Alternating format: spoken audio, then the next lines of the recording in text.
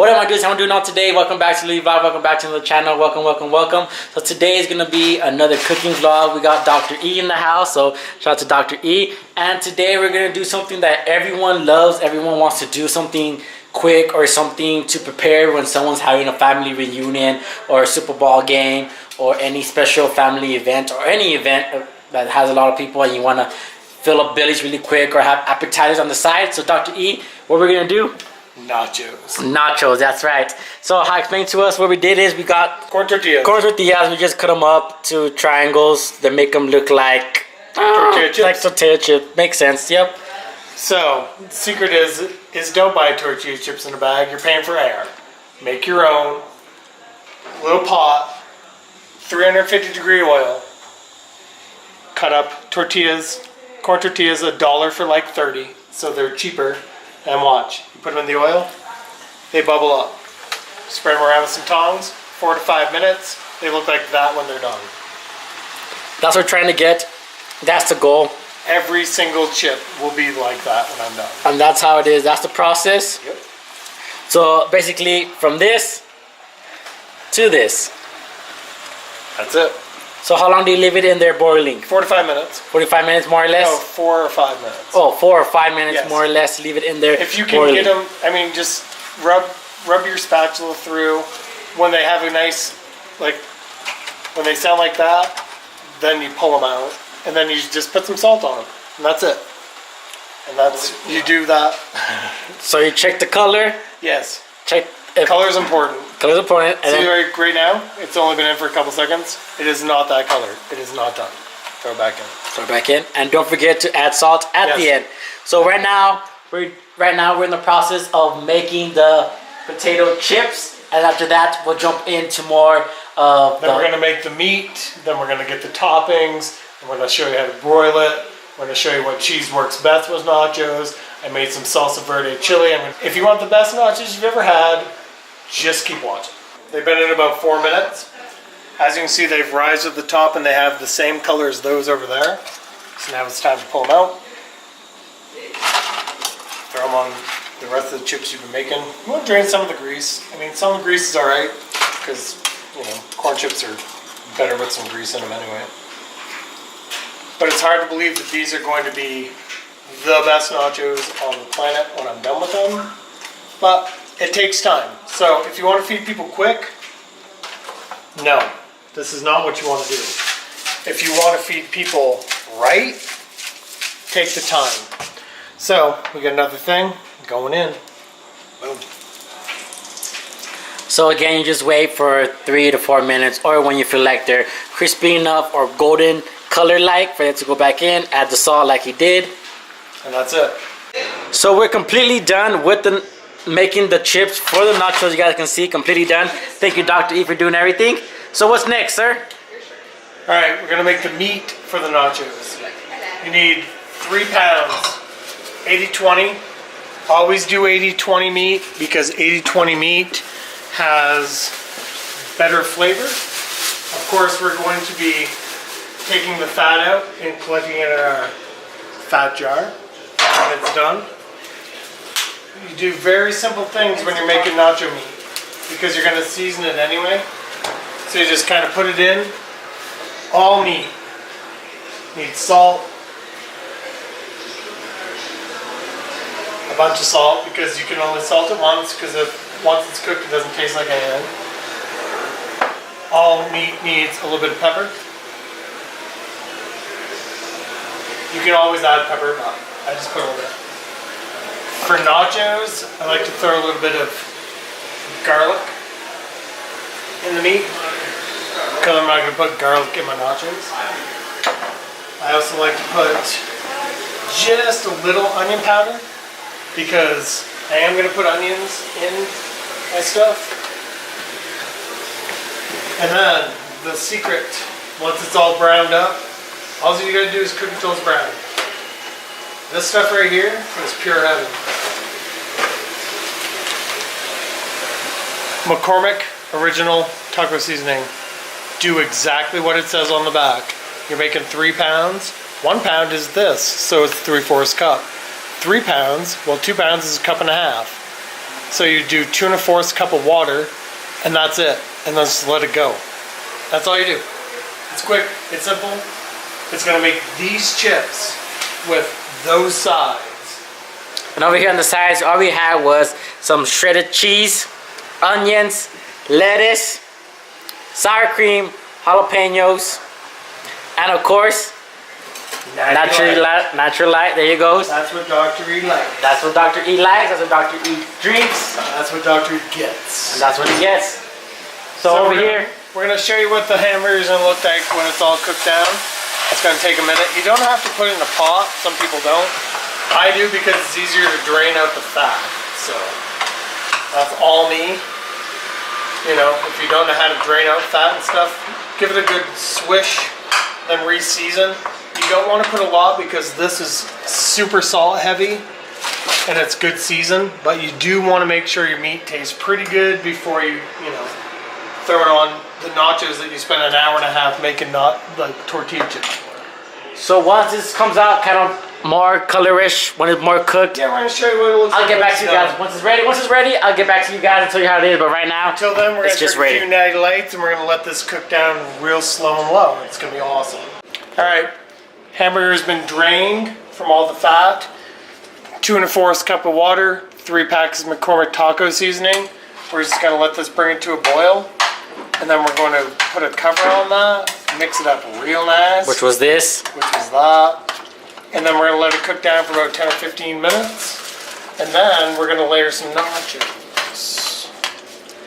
So you guys don't know, of course, in nachos you gotta have some beans. Yes. So it's really any kind of beans you guys want to make or want to Alright. find. Bring it over. Bring it over. I'm gonna give you the recipe. So a pound of beans is 2 cups.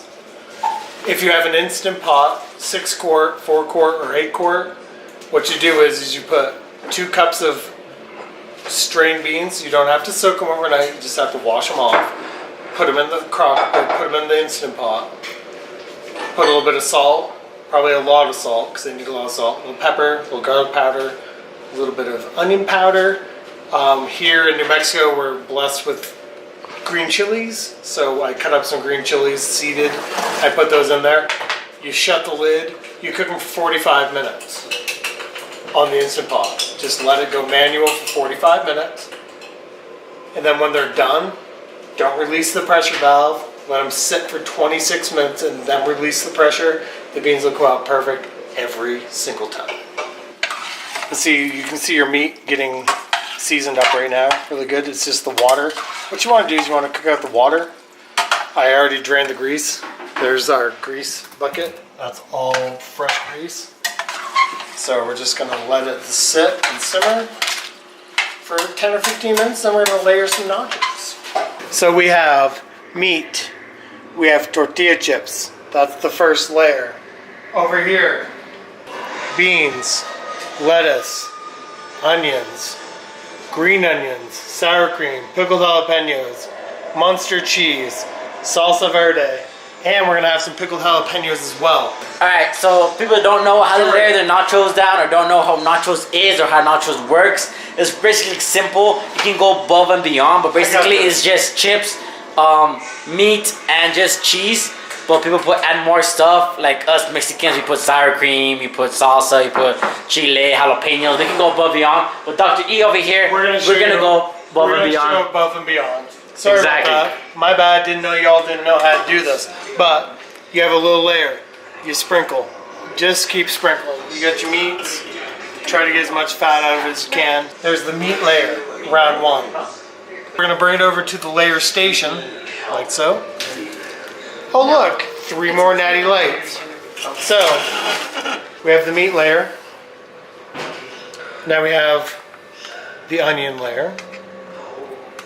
The bottom layer you can skimp on a little bit. It's the top presentation layer that you want to be killer. Beans is something is new. I haven't done those yet, but I think they're gonna be good. These are freshly made beans. They are. Louis Vlogs is gonna do a review to see if they may or may not be the best nachos he's ever had. Next it comes to the cheese. The secret of nachos is the cheese. You gotta put a lot of cheese. If there's no cheese, then it's not nachos. And you have to put Munster cheese. Monster cheese. Munster. M-U-N-S-T-E-R. That's the first layer. Okay, Then we're gonna bring it back. And pretty hands are going to do another layer of tortilla chips for me. Of our freshly made tortilla chips, no less. So basically just layers and layers and layers. I'm not gonna show the whole process of it. You can get much creative of it, much nasty of it, much messy of it. It just depends on you, how you want it. You want more cheese, put more cheese. More jalapeno, put jalapenos. You want more beans, put more beans. You just put whatever you want, sour cream, whatever you feel like will combine and make it taste good. And I'll show you guys the end product, how we do our layers. But basically it's just like that, repetition, repetition, repetition of the process. Side note, do not put sour cream, lettuce before you broil it. Because if you do that, it's going to come out nasty. Just do your stuff that's already been cooked, or beans and your onions, because you don't want nastiness. But broilers will give the crisp deliciousness, which you're going to see the result of our broiler when we're done with these nachos. So this is the end process of it, how it looks. As you guys saw the same thing over and over. It's just chips on the base, meat, beans, onions, next chips again, some cheese, and some cheese. The whole point of nachos is cheese. So, the killer on the top, cumin. Sprinkle the cumin just around the cheese and just like spit it out, because that'll give it a nice smoky flavor. And then of course when they're done, we're going to put pickled jalapenos, lettuce, salsa verde, homemade. But right now we're going to throw these bad boys in. So let's see what they look like now. 450 degrees. Watch until your cheese is about done. There's not an exact science to this, but just if you have an oven light, I'm running like the oldest stove on the planet because I have a house that's super old. Probably 2 to 5 minutes, maybe 10 if you have an old stove like me. I think I'm gonna do mine about 7 or 8 minutes. You just wanna make sure that your tortillas stay crisp, your cheese is all melted, everything's just nice and warm so that you can finish topping it off. So we took it out of the oven and this is how it looks. This is the final product of it. So from here we just sprinkle whatever you guys want. Jalapenos, salsa, more cheese. You can put lettuce. What else can you put, Dr. E? Anything you want. We're doing pickled jalapenos. We're doing some green onions, shallots on the top, like so. We're gonna do a little bit of lettuce on the top because it's fun. We're also gonna put a little bit of our salsa verde from our bean spoon. But it's cool because we do love us some salsa. Need another one for the sour cream? They ain't gotta be pretty, they just gotta be good. Basically, nachos is like hamburgers. For me, I love hamburgers and I love nachos. So for me, a good hamburger is the bigger, the greasier, the more nasty, the more disgusting it is to eat it and put in your mouth is the best. I don't know why. It sounds kind of sketchy, but that's why I like my stuff. So the same thing will go with the nachos. The more stuff, the more hard it is to get and stuff. So this is perfect for any, like I said, any family event, any Super Bowl party. appetizers, Super Bowl parties, anything you're hosting and you need some appetizer, you need the main dish or whatever you want, quickly. It doesn't take a lot of time. It takes a while, huh, Dr. E? It does, a couple hours, but if you do them right. If you want to buy bag chips, that's fine, but It's faster to buy bag I chips. prefer to make my own. Like with salsas and things, I prefer to make my own. Because it just tastes better and it shows more love to your people who are at your party. Exactly. So this is perfect for anyone who wants to make nachos or just not do the whole tortillas. Just skip that process and buy tortilla from the store. Basically, this is it. This is how it looks. Fabulous. Good. So I'm going to take this one out to see if Dr. E's nachos is really good. This is like crisp. It's good. I'll tell you one thing. When you're at a baseball game and you buy nachos, these nachos, damn, they beat them. This is like a home run right here. This is perfect, fabulous. I love it. I'm satisfied. So if you guys like what I do, if you guys like Dr. E, what he does, We're gonna cooking. have a whole lot more in the summer. Exactly. Grilling, smoking, I do it all. So if you guys like what I do, subscribe to my channel and follow me on Instagram at Louis Vlogs, Facebook page Louis Vlogs. Subscribe to my channel. You guys know I have more cooking videos, like I said, with Dr. E. That's coming in the process for the summer or the spring, right, Dr. E? Oh yes. I do daily vlogs. I do what I do, mechanic, whatever. So I take you guys on an adventure with me. So I'll see you guys in the next one. So peace out. So to enjoy these nachos, you gotta enjoy it with Natty Light. Am I right, Dr. E? The only beer I ever drink is Natty Light. Go over there. That's cousin Christian. He likes craft beer. Yep. Bring it back over to me. You know why he likes craft beer? It's because he has his job and he's single. And he has money for craft beer.